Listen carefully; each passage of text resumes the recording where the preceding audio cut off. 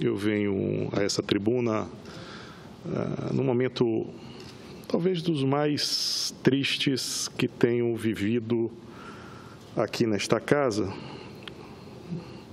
principalmente por ser um amante do esporte, um amante do futebol. Todo o Brasil hoje está impactado, durante os últimos dias, impactados pela tragédia do time da Chapecoense. Estamos ainda sobre o manto da dor, consternado como toda a família dos atletas, de todos os profissionais da Chapecoense, que tiveram um final doloroso, triste, em que foi num momento tão importante para a vida de todos os profissionais que ali estavam, talvez um momento do auge de suas carreiras, o destino ceifou o seu futuro, o futuro de todos. Há muito futebol brasileiro não vive um momento de resgate do seu principal motivo de existência, que é a construção do espírito esportivo. O espírito esportivo é, sem sombra de dúvida, talvez um dos mais nobres momentos que a sociedade possa viver e experimentar. O espírito esportivo é um momento de congraçamento, um momento de celebração à vida, um momento de superação aos limites físicos, psicológicos e muitas vezes sociais. Quantos sonhos foram decepados, quantos sonhos foram cesseados, quantos sonhos foram tragicamente debelados da vida de dezenas de famílias. Muitas daquelas famílias que hoje estão chorando têm naquele atleta, naquele profissional do esporte, o seu futuro, a sua esperança. É isso que o esporte traz. O esporte é sinônimo de oportunidades. E é por isso que nós ficamos consternados, porque a unidade que nós estamos vendo agora, essa convergência, esse congraçamento, não é do momento da alegria, não é o momento do gol, da quebra de um recorde. Esse congraçamento vem pela dor de um grave, de um grande e de um histórico acidente que não será esquecido mais nunca pelo povo brasileiro, nem pelo povo de todo o mundo. A população de todo o mundo ficou consternado com aquele momento em que aquelas vidas e aquele sonho foram ceifados. Nós tivemos a oportunidade, nos últimos 2 anos, presidente, de termos aqui 2 grandes exemplos de eventos que congregam e que agregam o sonho de milhares de esportistas do mundo. Tivemos a oportunidade de sediar tanto a Copa do Mundo quanto as Olimpíadas. A Copa do Mundo teve momentos importantíssimos para que nós possamos aqui fazer uma avaliação dessa trajetória do Brasil esportivo nos últimos anos. Foi um momento de muito sonho, um momento de um esforço que esse país fez, sem sombra de dúvida, descomunal para fazer um dos grandes eventos mundiais. E nós tivemos diversas dificuldades. E uma das maiores dificuldades era a descrença que talvez todos nós brasileiros, ou quem sabe a grande maioria dos brasileiros tinham, porque às vésperas do início da Copa do Mundo, nós não tínhamos sequer as nossas praças esportivas complementadas e as obras finalizadas. Mas o que ficou da Copa do Mundo, além de uma dívida tremenda, foi a tristeza do final, da chegada final dos nossos atletas, e que por uma consequência do próprio fato do esporte ter ganhadores e perdedores, nós tivemos a tristeza de estar no rol dos que foram derrotados. Mas mais do que isso, fomos derrotados de forma humilhante, né? No inesquecível 7-1, onde todo o Brasil ficou triste e que demonstrou e deflagrou também um processo de abatimento sobre a população brasileira e de suas esperanças muito grande, já que há muito tempo a gente muitas vezes confunde a seleção brasileira com a tal da pátria de chuteiras. Mas a Copa do Mundo não trouxe o que é de melhor do esporte, que é esse espírito altaneiro, esse espírito maior que o esporte pode trazer, que é o espírito do desporte, do desporto e da celebração das raças, da celebração dos gêneros, da celebração através do esporte da própria vida. Chegamos com as Olimpíadas, e aí parece que um outro momento se abateu e novas cabeças repensaram de como poderíamos fazer um grande evento no nosso país, presidente. Em vez de olharmos simplesmente a dor da realização, começamos a perceber a beleza da diversidade. Começamos a nos empolgar e ter orgulho de receber milhares de pessoas de diversos países, de diversas raças. Tivemos aqui a oportunidade de ver dezenas de recordes serem batidos, mas nada mais importante do que as dezenas de lágrimas e sorrisos que foram deixadas nos campos e nas batalhas desportivas. Começamos a entender a importância de poder, através do esporte, superar desafios, superar obstáculos. Algo que é muito comum ao povo brasileiro dos mais humildes, do trabalhador brasileiro, que todos os dias tem obstáculos para poder trazer o sustento para a sua casa. Começamos a entender a beleza desse espírito esportivo. Começamos a aplaudir e a torcer, não só pelos atletas, muitas vezes torcíamos pelos árbitros que lá estavam. Às vezes a torcida sempre escolhia as seleções que eram mais fracas, talvez as que quase nunca pudessem ganhar aquela medalha, saíram do Brasil com a certeza de que receberam a medalha mais importante que o esporte pode oferecer a alguém, que é a possibilidade de ser aplaudido pelo seu esforço. Aprendemos, senhor presidente, que colaborar é muito mais do que competir. Aprendemos que a colaboração é um fato que enaltece as pessoas, que constrói cidadãos, que alimenta o espírito de humanidade e que aproxima os povos de todo o mundo. É assim que nós estamos hoje consternados pela tragédia com a Chape. Mas há algo que a Chape trouxe e nos deixa de legado: a importância desse espírito esportivo. A Chapecoense, infelizmente, através da tragédia, quem sabe poderia ser através da vitória, ela resgata o valor tão importante da vida do ser humano.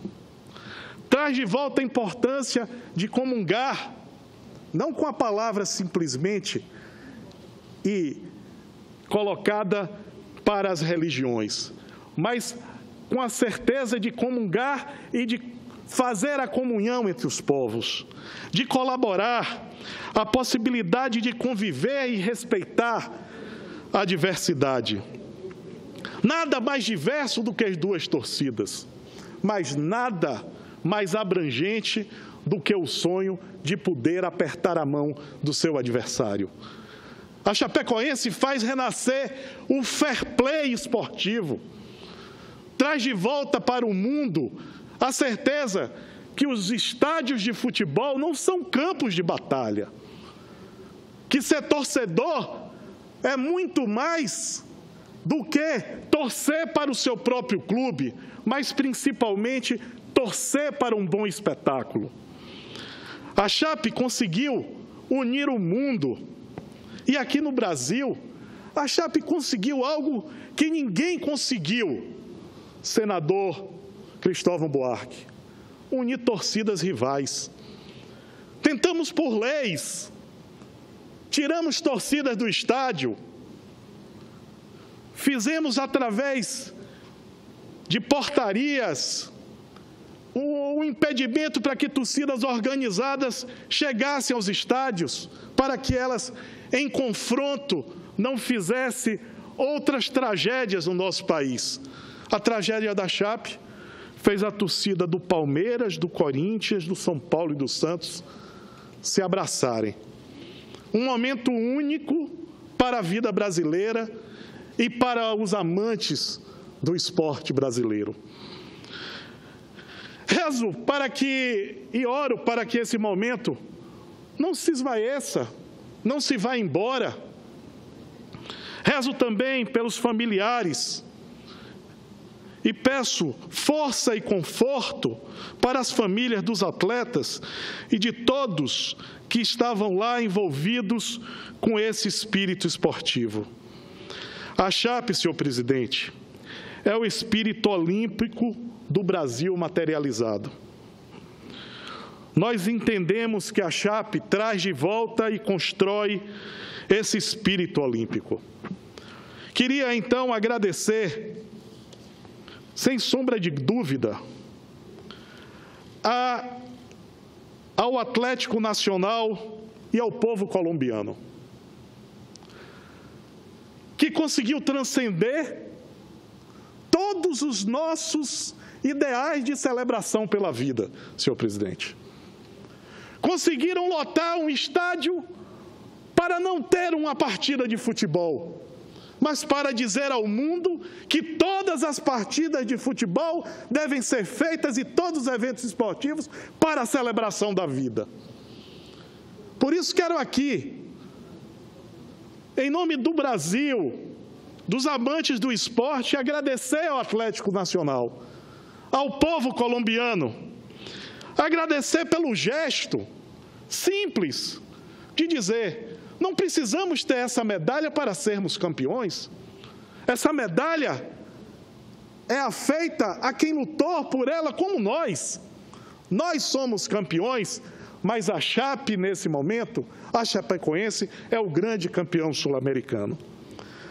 Ainda escrevendo essas palavras, recebo a notícia agora pela tarde, que a Conmebol declarou a Chapecoense campeã da Copa Sul-Americana. Em decorrência do título, a Chapecoense conquista a vaga na fase de grupo da Libertadores. E consegue, mais do que isso, um nome no panteão dos grandes clubes do mundo. Fico feliz de poder perceber que existem pessoas que ainda se emocionam e que entendem o esporte como esse fator agregador. Quero aqui, presidente, em nome da nossa casa, em nome de todos os brasileiros que, em luto, no final de semana, fechou todos os estádios, e só o estádio da Chape esteve, e outros, em outros estados, estiveram abertos para receber os corpos desses atletas e profissionais da área do esporte. Venho aqui agradecer à Chape pela celebração da vida. mesmo com todas as dificuldades que as suas famílias estão passando. Vi a mãe de um atleta abraçar um comentarista, senador Cristóvão Buarque, dizendo a ela que abraçava ele para abraçar todos os trabalhadores da área de comunicação que também morreram junto aos atletas. Ela foi maior do que tudo isso. Ela entendeu que aqueles que morreram são filhos brasileiros. E quero aqui, em nome de minha filha Beatriz, que é uma torcedora do Vitória, como eu sou, assumir um atleta que jogou nas divisões de base, né, do Vitória, Arthur Maia, como um filho que vi crescer, senador Álvaro Dias, nas divisões de base, vi brilhar, vi lutar pelo sucesso e aos 24 anos, no momento mais importante da sua carreira, ele não está vivo para receber essa medalha que a Chapecoense está recebendo hoje. Mas que a família Chapecó, da cidade de Chapecó e do clube chapecoense, seja agraciada com essa medalha e com um título sul-americano. E queria aqui, em nome de todos os brasileiros, encaminhar a solicitação para esta presidência, a concessão, e aí pediria que todos nós assinássemos, a concessão da comenda do mérito esportivo para a Chapecoense, por tudo que ela sofreu, tudo que essas famílias têm sofrido, e que com esse gesto a gente tente minorar um pouco a dor, mas mais do que isso, participar dessa grande congratulação que foi feita em todo o mundo e todas as homenagens justas que foram feitas ao chapecoense, mas também muito a força que o esporte tem para congregar, fazer com que os povos se unam.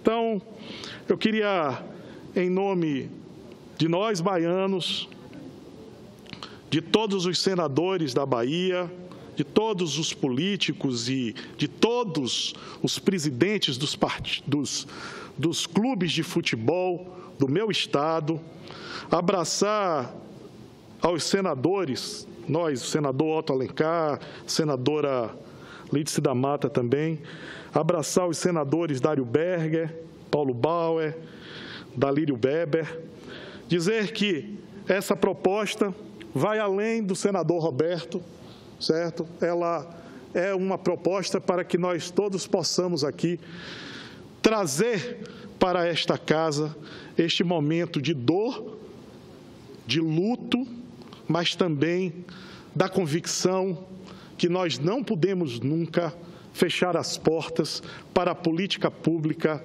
que é tão fundamental para a construção da cidadania, que é o esporte no Brasil. Com a palavra, o senador Cristóvão Buarque.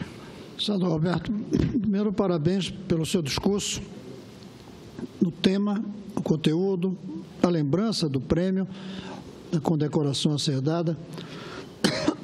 E vale a pena a gente continuar falando desse assunto, porque é um exemplo que nunca, talvez, nós tenhamos tido no Brasil. Um exemplo de unidade. Talvez nunca o Brasil tenha se sentido tão unido quanto nesse momento. E mesmo em momento trágico, senador Álvaro, com a morte de Tancredo, porque havia discordâncias, nunca, a meu ver, a gente teve um sentimento tão igual de Tancredo, né? Neves. Nunca tenhamos nos unido tanto em torno a um mesmo fato. Agora, eu queria, ao mesmo tempo que me solidarizo, que manifesto meu apoio, solidariedade, minha tristeza sobre esse fato, trazer uma certa lição que, enquanto o senhor falava, eu ia pensando. Por que é que nós nos unimos tanto ao ponto das torcidas diferentes se apoiarem mutuamente, a ponto dessa grandiosidade de um time abrir mão do campeonato para dar lugar a um outro, e toda a federação aceitar, e nós não conseguimos nos unir aqui em torno ao Brasil, que está passando por dificuldades que não dá para comparar com o sofrimento das famílias do Brasil, dos torcedores, diante da morte desses jovens. Mas por que a gente não se une para enfrentar as dificuldades que o Brasil está enfrentando, apesar de termos partidos diferentes, grupos diferentes, disputas entre nós diante da próxima eleição? Por que é que nós não somos capazes de abrir mão, se preciso, da próxima eleição, tanto quanto o Atlético e outros já abriram mão do campeonato? Por que a gente não é capaz de abrir mão da próxima eleição para defender o que acha que é certo? Pode ser até que esteja errado, mas acha que é certo. Vamos defender, independente dos votos que terá ou não com esta defesa. Vamos seguir o exemplo do Atlético, vamos seguir o exemplo desses times, Sandro Álvaro, que foram capazes de abrir mão de campeonato, foram capazes de abrir mão de vitórias que teriam, graças à tragédia do outro. Por que a gente não abre mão para perceber, dizer, reconhecer que esgotou-se um tempo no Brasil, esgotou-se um modelo? As finanças do Estado se esgotaram, não tem como manter os mesmos gastos que nós nos acostumamos a fazer por meio da ilusão da inflação, por meio dessa ilusão que tomou conta da mente brasileira há décadas de que o dinheiro é elástico e que a gente pode comprar duas coisas com um mesmo real. Não se pode. Você usou o real para uma compra, não pode usar o mesmo para outra compra. Como usou um tijolo numa parede, não pode usar o mesmo tijolo para outra parede. Por que não está conseguindo se unir em função disso? Por que não está conseguindo se unir em torno à ideia de que a aritmética tem valor também nas finanças e 1 mais 1 igual a 2, não igual a 3, como temos nos acostumado, e não pomos também em discussão a situação dos milhões de desempregados? Como enfrentar isto?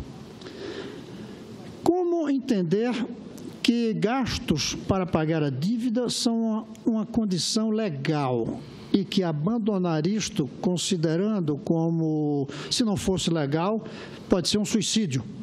Mas, ao mesmo tempo, trazer os banqueiros e todos os credores, porque não são só os banqueiros transferem parte, a dívida de todos que têm conta de poupança, a dívida de todos que têm investimentos.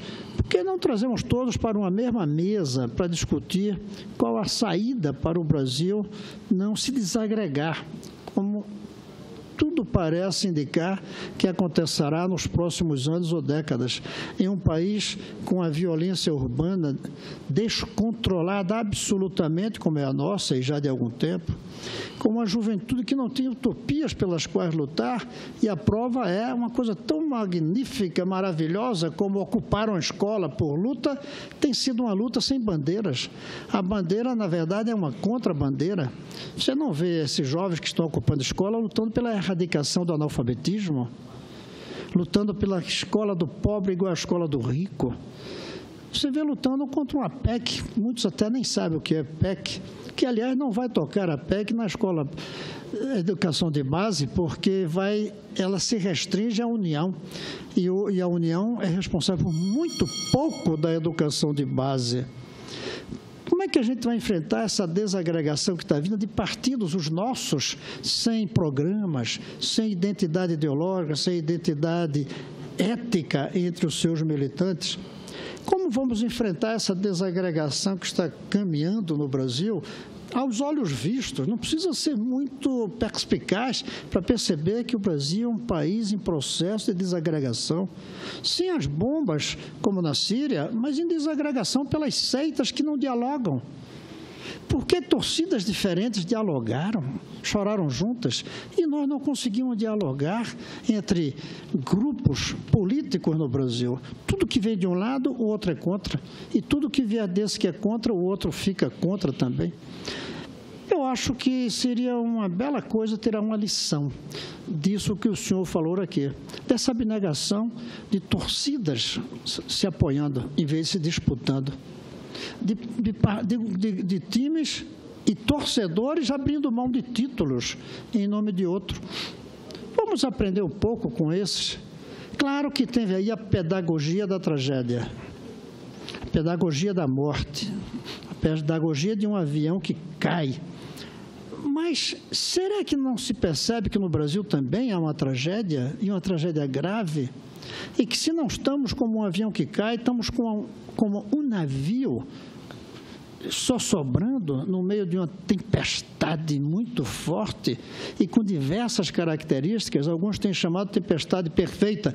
Eu não gosto dessa expressão, porque a perfeição da tempestade é a imperfeição dela para destruir as coisas. Eu creio que o seu discurso merece uma reflexão. Vamos tentar nos unir aqui, como os torcedores de futebol se uniram nesta semana, e não só no Brasil, não só no Brasil e Colômbia, mas no mundo inteiro.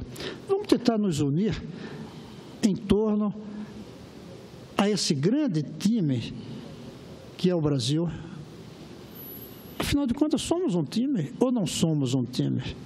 A verdade é que hoje dá para duvidar se somos um time ou se somos uma federação de times disputando entre si.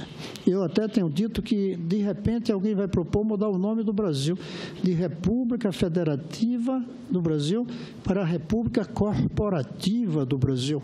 Cada uma corporação lutando contra as outras, sem um espírito comum e sem também ter a visão do espírito do futuro, o espírito do tempo.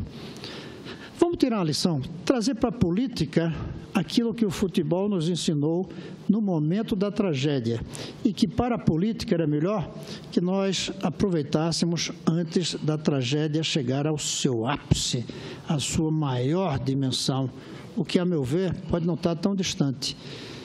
E para outros até pode ser que já aconteceu, com os salários atrasados no Rio de Janeiro, com o 13º que não é pago em centenas de cidades ou milhares de cidades no Brasil, com as perspectivas que nós temos para 2017, com os 22 milhões de desempregados ou subempregados, toda essa tragédia geral poderia nos despertar, como aquela tragédia em Medellín despertou a todos nós, torcedores do futebol. Quem sabe uma reflexão pode fazer com que nós nos despertemos também na política, procurando o bem desse imenso Chapecó que se chama Brasil.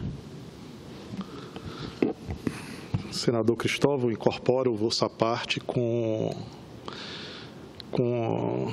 alegria de poder estar aqui convivendo. Vossa Excelência sabe o quanto de admiração guardo e nutro pelo seu trabalho, né? E digo que essa provocação que o senhor faz, longe de tentar criar uma solução para algo tão difícil que está sendo debatido todos os dias em jornais, que é essa ruptura, essa desagregação no nosso país que já ronda as nossas instituições, eu queria só tentar fazer um paralelo, da mesma forma que tentei trazer nessas breves palavras a importância do espírito esportivo. Eu acho que a gente abandonou há muito tempo no Brasil a questão do espírito da política. A política vai além de uma arte.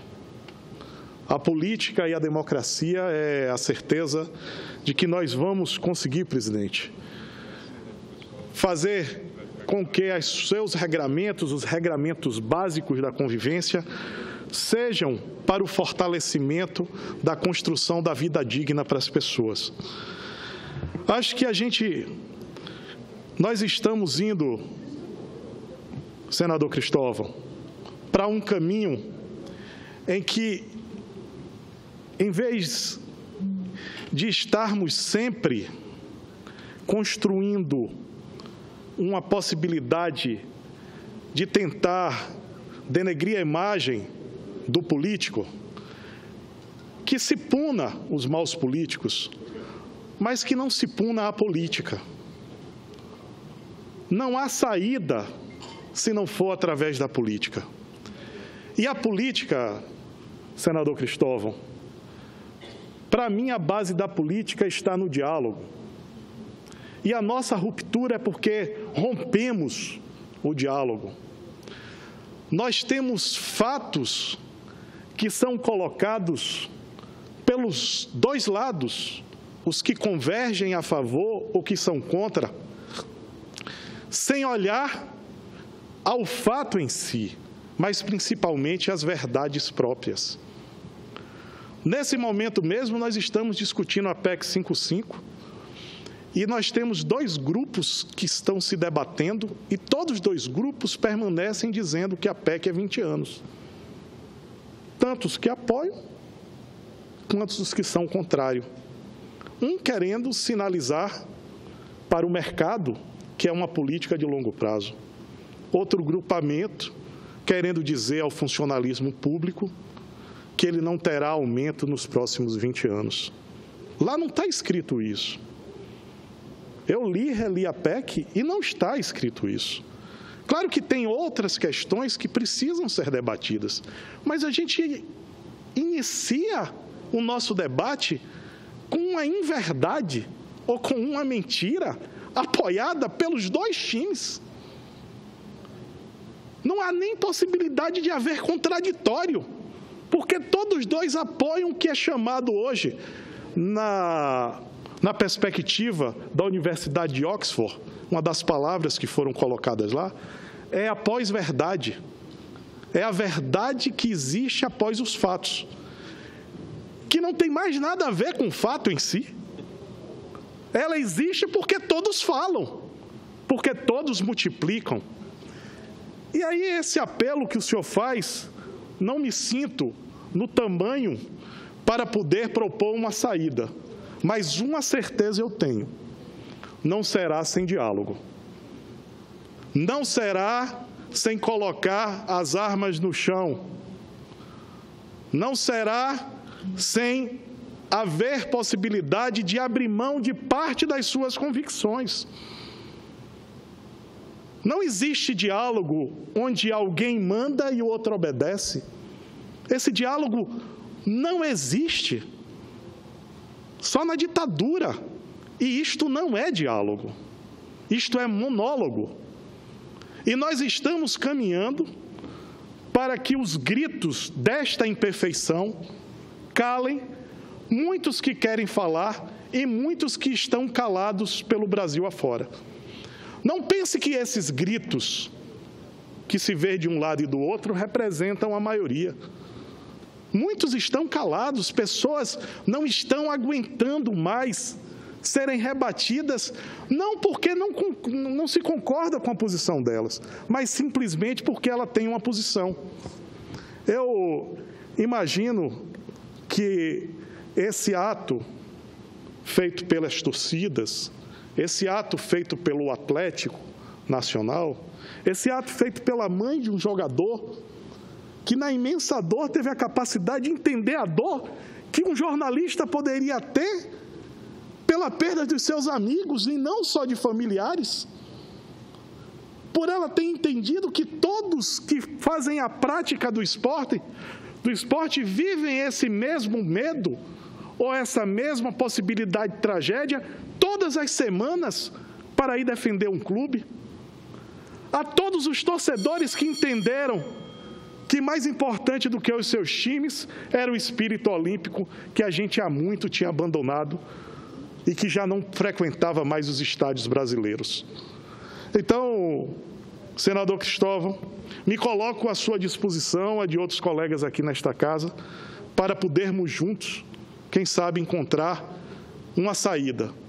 Mas essa saída não poderá ser minha, nem sua, nem de alguém aqui mais dotado do que todos. Terá que ser através da negociação, do diálogo, de ouvir as ruas, ouvir as instituições. Acho, e aí quero aproveitar, não sei se o momento, mas dizer que acho que a gente precisa repensar a política nesse Brasil.